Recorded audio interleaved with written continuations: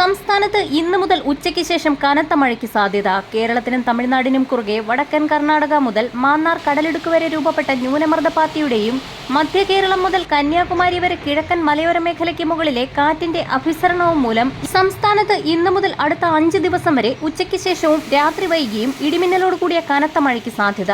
തെക്കൻ ജില്ലകളിലാണ് കഴിഞ്ഞ ദിവസത്തെ അപേക്ഷിച്ച് കൂടുതൽ മഴ ലഭിക്കുക. എറണാകുളം മുതൽ തെക്കോട്ടുള്ള ജില്ലകളിൽ ഇടിയോടുകൂടിയ മഴയ്ക്കാണ് സാധ്യത. വടക്കൻ കേരളത്തിലും ഒറ്റപ്പെട്ട മഴ തുടരും. ന്യൂനമർദ്ദപാത്തിയുടെ സ്വാധീനം മൂലമാണിത്.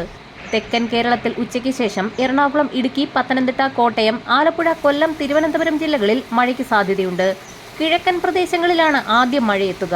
കേരളത്തിൽ ഇന്നലെയും ശക്തമായ വേനൽ മഴ ലഭിച്ചു. കോഴിക്കോട്, വയനാട്, മലപ്പുറം, പാലക്കാട്, തൃശൂർ, കണ്ണൂർ, കാസർഗോഡ് ജില്ലകളിൽ കനത്ത മഴ രേഖപ്പെടുത്തി. കാലാവസ്ഥാ വകുപ്പിന്റെ പ്രവചനത്തിൽ ഇന്ന് എല്ലാ ജില്ലകളിലും ഇടത്തരം മഴയ്ക്ക് സാധ്യതയുണ്ട്. വടക്കൻ കേരളത്തിൽ മലപ്പുറം, പാലക്കാട്, കോഴിക്കോട്, വയനാട്, കണ്ണൂർ ജില്ലകളിൽ ഇന്നും ഇടിയോടുകൂടിയ ഇടത്തരം മഴയ്ക്ക് സാധ്യതയുണ്ടെന്ന് കാലാവസ്ഥാ നിരീക്ഷണ വിഭാഗം മുന്നറിയിപ്പ് നൽകി. കണ്ണൂർ, കാസർഗോഡ് ഒഴികെയുള്ള 12 ജില്ലകളിലും ഒറ്റപ്പെട്ട ശക്തമായ മഴ ലഭിച്ചേക്കും. സംസ്ഥാനത്ത് മഴയ്ക്കൊപ്പം മണിക്കൂറിൽ 50 മുതൽ 55 കിലോമീറ്റർ വരെ വേഗതയിൽ വീശിയടിച്ചേക്കാവുന്ന ശക്തമായ കാറ്റിനും സാധ്യതയുള്ളതിനാൽ പൊതുജനങ്ങൾ ജാഗ്രത പാലിക്കണമെന്ന് ദേശീയ ദുരന്ത നിവാരണ അതോറിറ്റി മുന്നറിയിപ്പ് നൽകി.